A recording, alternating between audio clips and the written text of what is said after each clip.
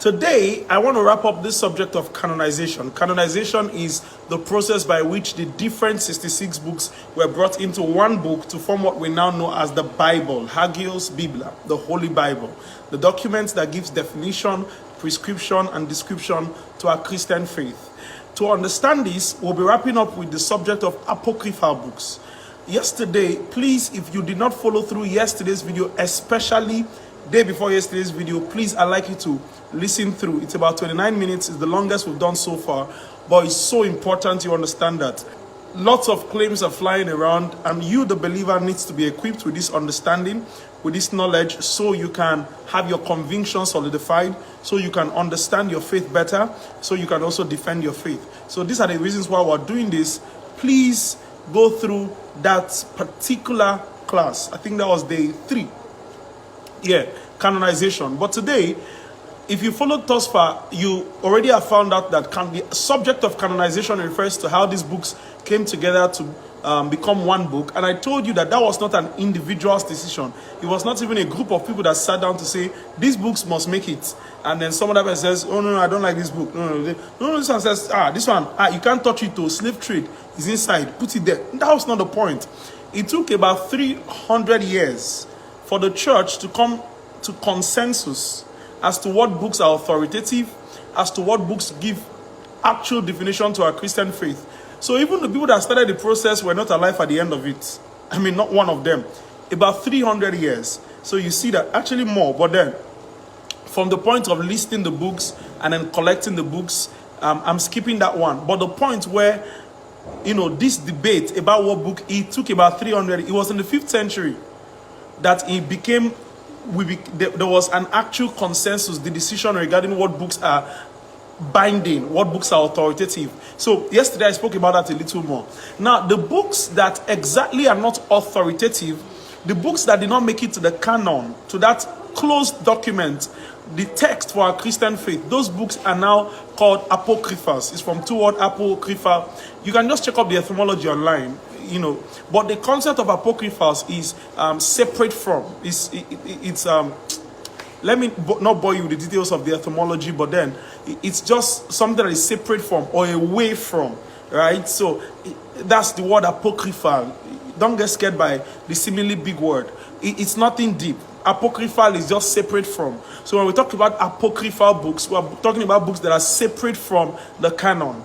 Books that are not included in the canon. Now, some of these books, I must note that some of these books are helpful. There are some of these books that give historical account of certain events, but they were not canonized. All right? Part of which could be because of the fact that the historical accounts are not exactly verified. There's not 100% certainty regarding the truism of that historical account.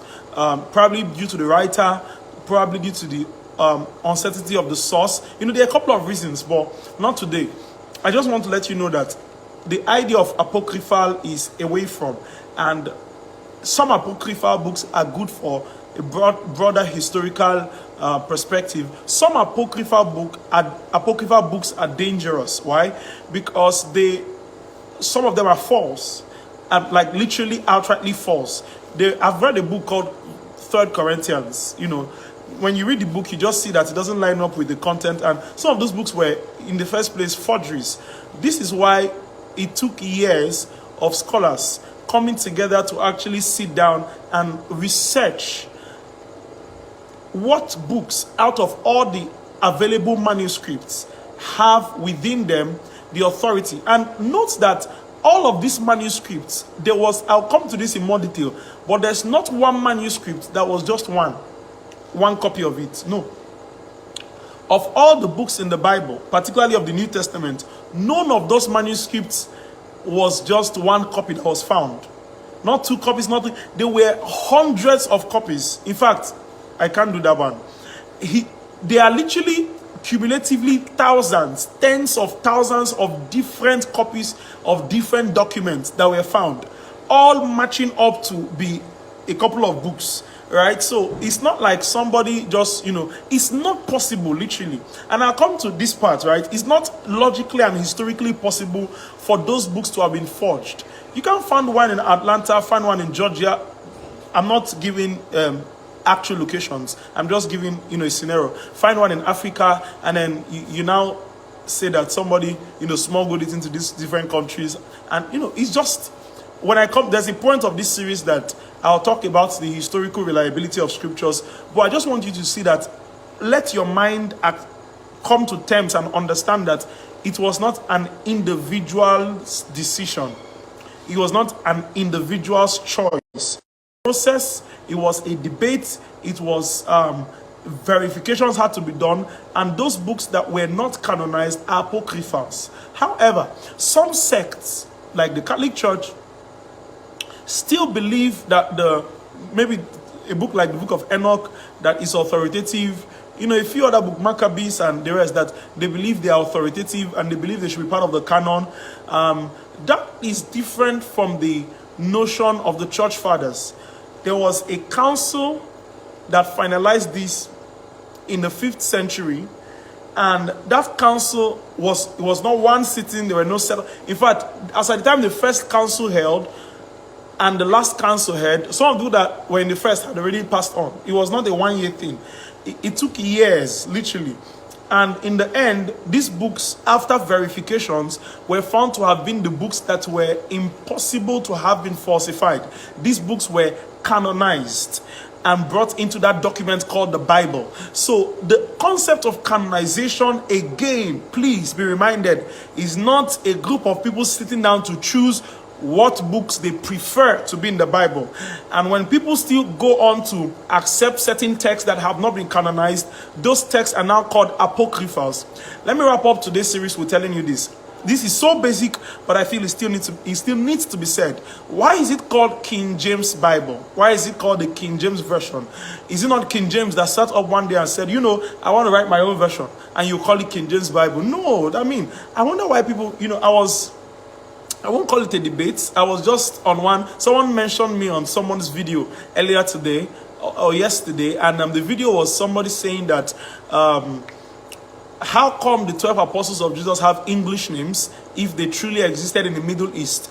It's so commonsensical. That information is not hallowed information. That information is not spiritual information.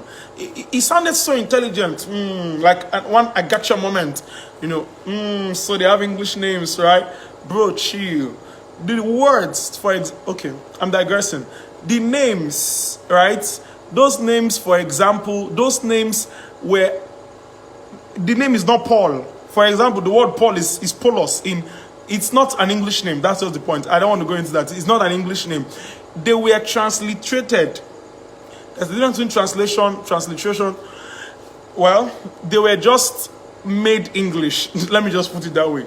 Name Peter, Simon, all those were not the original names. I could drop a comment on that on the comment section maybe later, but that's just to draw that some of this information, some of these things I'm saying, they are not far-fetched. They are things you can actually see on the internet.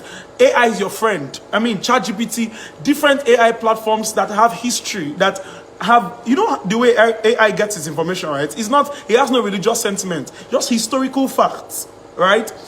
These platforms have this information already. King James, okay, you can say there's some political undertone to it because he wanted to buy the favor of Christians. He wanted to, because Christianity at that time was so popular, it was really getting influential, and then the more affiliated you were with the Christian faith, Christians like you, they see you as a godly king. No, I can understand all of that, but get the point. He did not write a Bible. King James set up a team of 40 scholars. And guess what? This is not hallowed information. It's even in your King James Bible. In the preface somewhere. I've read it from the preface. I've read it online. I've read it in my personal research about the King James Bible. He set up a team of 40 different scholars to translate the Bible into English whilst trying to ensure it retains the most original meaning of the Greek and Hebrew and Aramaic text. And it was now named after him, the King James Version of the Holy Bible. It doesn't mean that King James wrote his version. That's not the point. All right? So it's very separate. Humans could not have determined, because as at the time you're trying to do something, you're going to die, another generation is going to come and counter what you've done. Individuals could not have determined the way the Bible turned out. Individuals could not. They literally could not. This thing took councils, teams, meetings of scholars.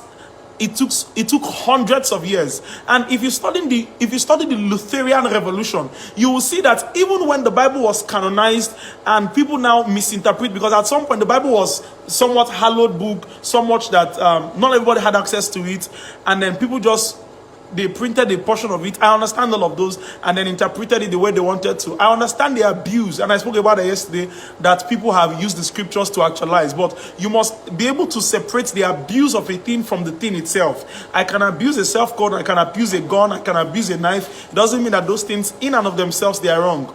So I understand at some point the Bible was misinterpreted, used to do a lot of stuff. If you study the Lutheran Revolution, you will see his 99 Theses and all of that, trying to point out some things that even the Catholic Church had believed, had propagated, that were anti-scriptures. I'm just saying that to say to you that one person could not have done this. People were going to oppose you. It's not like today where anybody says anything and everybody's like, leave him, all of us will be accountable to God. Nobody should criticize anybody. You can't be talking. You can't be trying to give definition to the Christian faith and think that we're just going to be silent and watch you say anything you want to say. No. Jesus actually, the scriptures actually instruct, not suggest, instruct that we contend for the faith. In context, he was talking about doctrinal contention.